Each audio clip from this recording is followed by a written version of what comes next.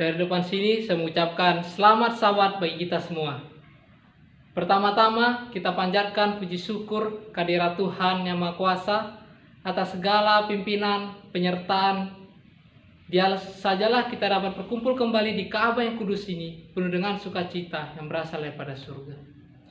Kita masih merasakan berkat yang Tuhan berikan selama 6 hari lamanya kita bekerja. Sehingga Tuhan memberikan 1 hari kita beristirahat dari segala pekerjaan kita, sehingga kita dapat bersama-sama berkumpul di Ka'bah yang suci ini untuk memuji dan memuliakan nama Tuhan. Sebelum kita sama-sama mendengarkan pekabaran firman Tuhan pada Sabat yang indah ini, sekali lagi kita sama-sama tunduk kepala, kita meminta kuasa Roh Kudus untuk hadir di tengah-tengah kita untuk mendengarkan pekabaran firman Tuhan. Mari kita sama berdoa. Allah Bapa kami yang bertata di dalam kerajaan surga, terima kasih atas segala pimpinan penyertaan Tuhan. Selama 6 hari lamanya kami bekerja, sehingga pada Sabat yang kudus ini Tuhan masih mempertemukan kami kembali untuk sama-sama memuji dan memuliakan nama Tuhan. Ya Bapa, kami minta akan kuasa Roh Kudus-Mu hadir di dalam hati dan pikiran kami, untuk kami sama-sama dapat mendengarkan pekabaran firman Tuhan sesuai dengan kehendak Tuhan. Inilah segala permohonan kami serahkan firman ini ke dalam tangan Tuhan. Biarlah Tuhan yang berkarya di dalam kehidupan kami, karena kami telah berdoa di dalam satu nama yang indah, yaitu Yesus Juru Selamat yang menjadi penebus kami. Amin. Sekali lagi saya ucapkan selamat Sabat bagi kita semua. Siapa pada Sabat yang indah ini merasakan sukacita, puji Tuhan, saya masih merasakan, melihat Bapak, Ibu, saudara-saudara yang hadir pada Sabat yang indah ini merasakan sukacita yang hanya itu berasal daripada Tuhan. Pada Sabat yang indah ini, saya ingin membawakan sebuah judul firman Tuhan, yaitu yang berjudul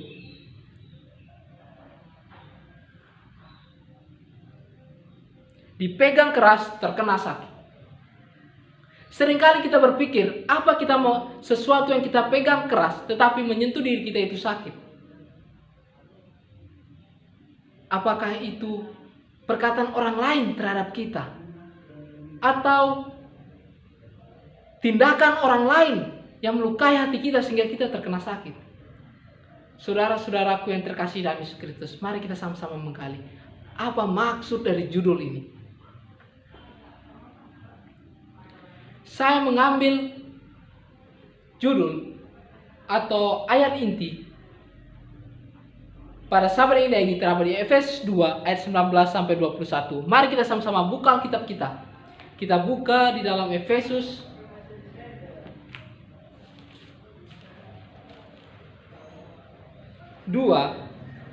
ayat 19 sampai 21 mengatakan, demikianlah kamu bukan lagi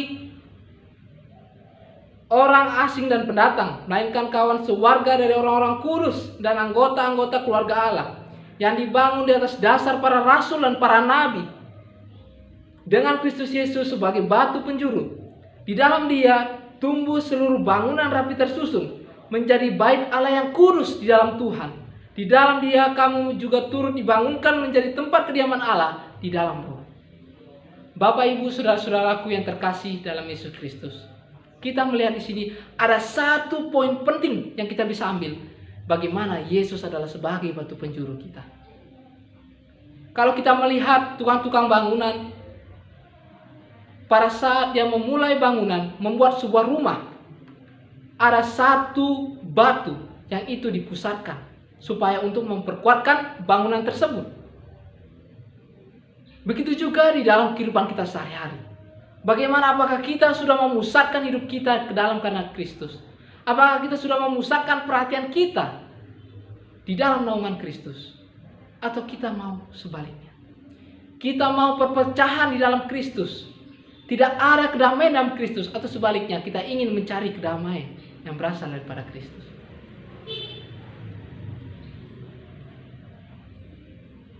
Ada sebuah pertanyaan yang muncul, yaitu apa arti batu menurut Kamus Besar Bahasa Indonesia? Dikatakan batu adalah benda keras dan padat yang berasal dari bumi atau planet lain, tetapi bukan logam. Dan yang kedua adalah akik.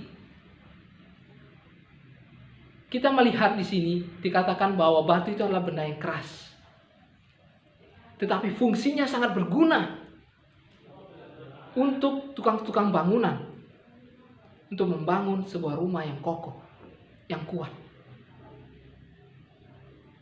Kita kembali lagi di dalam kehidupan kita.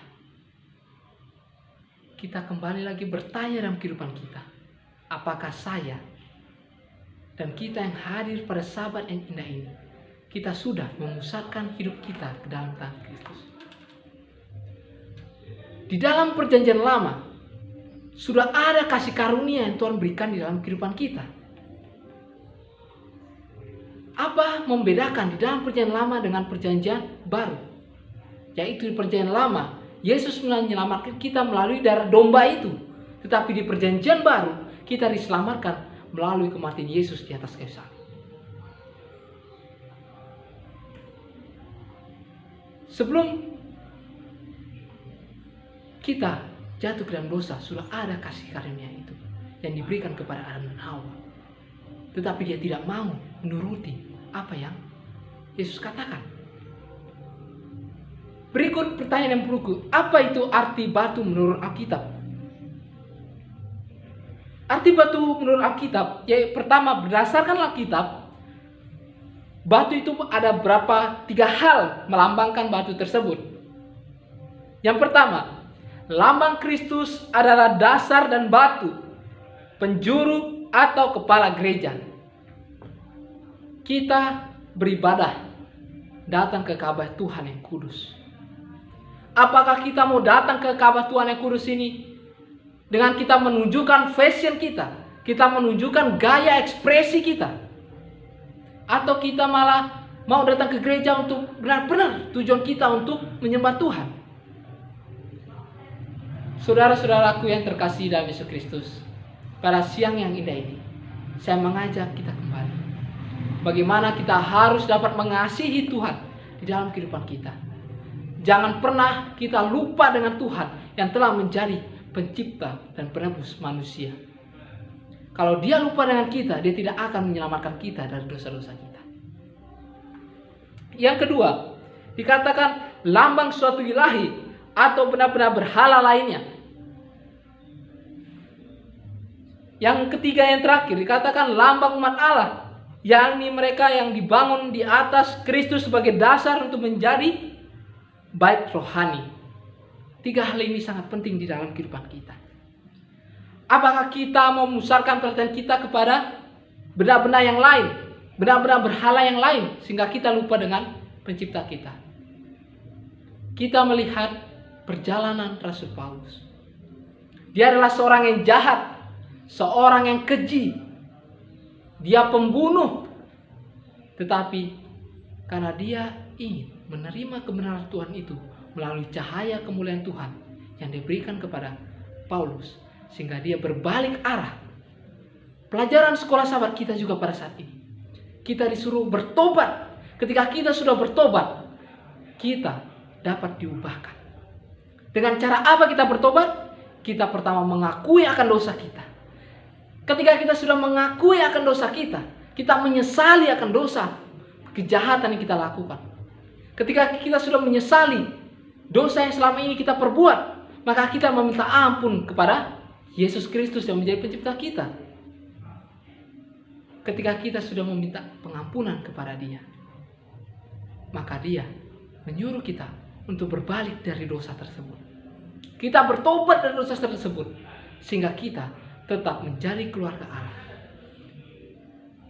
Kalau kita melihat setan atau Lucifer, atau di dalam buku Wahyu dikatakan naga merah itu, naga si ular tua itu, dia adalah malaikat yang tercantik. Dia adalah awalnya keluarga Allah, tetapi karena dia merasakan keegoisannya, sehingga dia pecah dari keluarga Allah, sehingga dia mau membuat sebuah keluarga yang baru, dan sehingga sepertiga malaikat dari surga diambil untuk menjadi pengikutnya. Begitu juga di dalam kehidupan kita. Mari kita sama-sama lebih lanjut lagi belajar. Bagaimana cara mendapatkan batu penjuru itu? Yang pertama, kita harus berkomunikasi. Kita bisa baca di dalam Efesus 4 ayat 15. Dan yang kedua, kita harus berserah. Ketika kita sudah berserah, maka yang ketiga, di dalam Yohanes 14 ayat 7, kita harus berserah, kita bergantung sepenuhnya kepada Allah. Dan yang ketiga, kita jangan lupa, yaitu kita berdoa. Doa adalah komunikasi yang sangat penting di dalam kehidupan kita. Dengan kita berdoa, maka banyak berkat yang Tuhan berikan di dalam kehidupan kita masing-masing.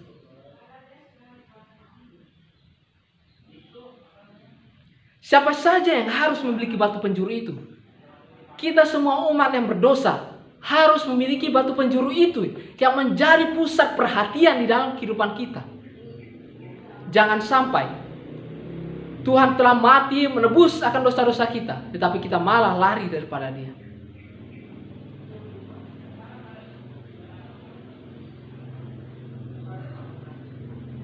Dan yang terakhir, pertanyaan timbul lagi, mengapa kita harus mencari batu penjuru itu?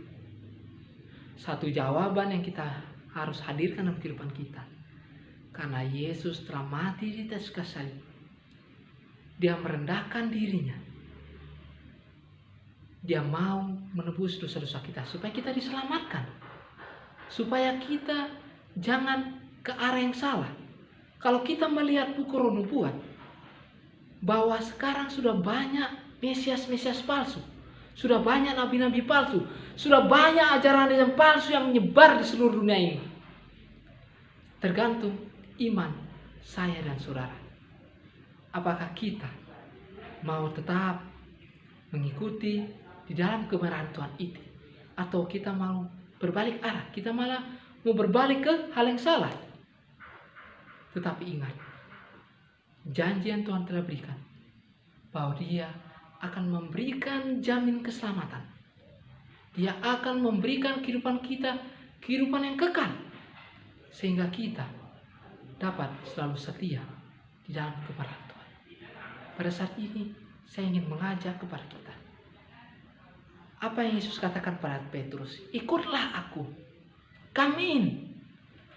Maka dari itu, kita dari sekarang, serahkanlah hidup kita kepada Tuhan. Kita melihat seorang tokoh Alkitab yaitu Ayub yang setia.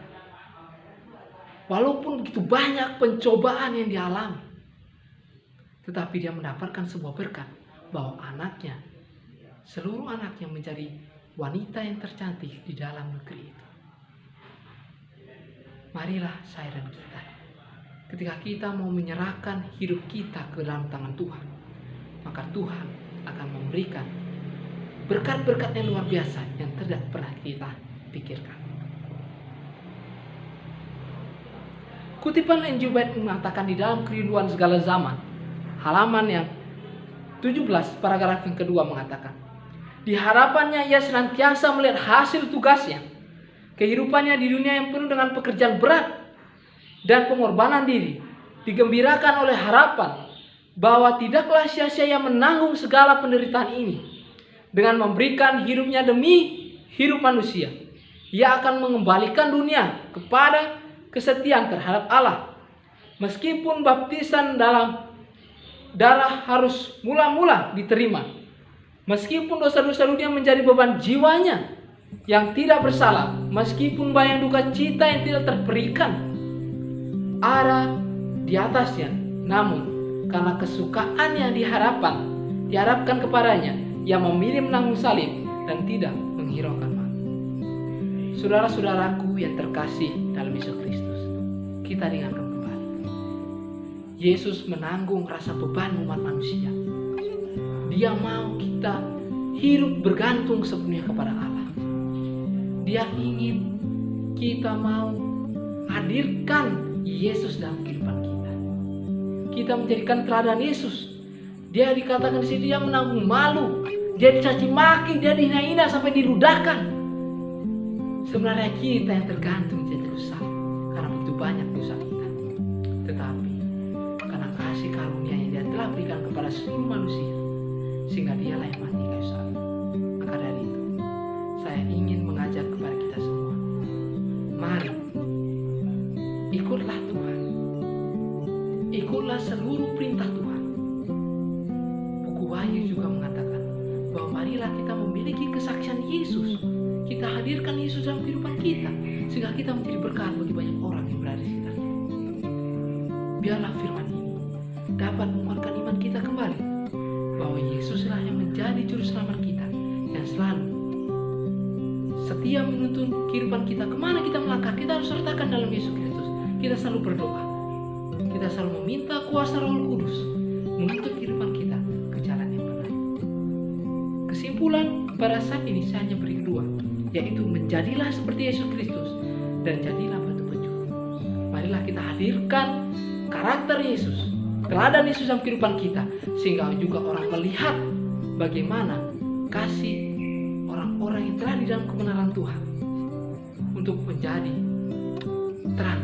Maka dari itu, saat ini saya mengajak kepada kita semua, siapa yang rindu untuk dekat kepada Kristus, siapa yang rindu kita bersama-sama di dalam kerajaan surga, sekali lagi saya mengundang kepada kita semua, mari kita sama-sama berdiri dan mari kita sama-sama tunduk kepala sekali lagi, dan kita akan berdoa.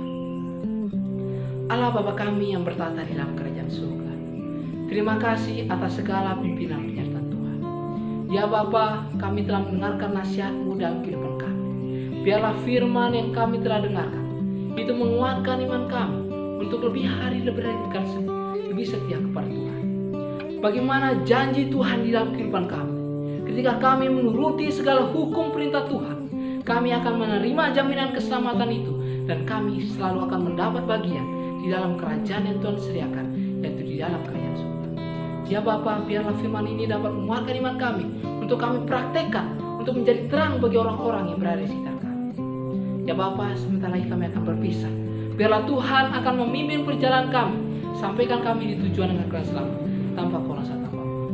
Inilah segala permohonan kami serahkan doa kami yang tidak sempurna ini di dalam satu nama yang indah, yaitu Yesus, Juru Selamat yang menjadi penebus kami. Amin.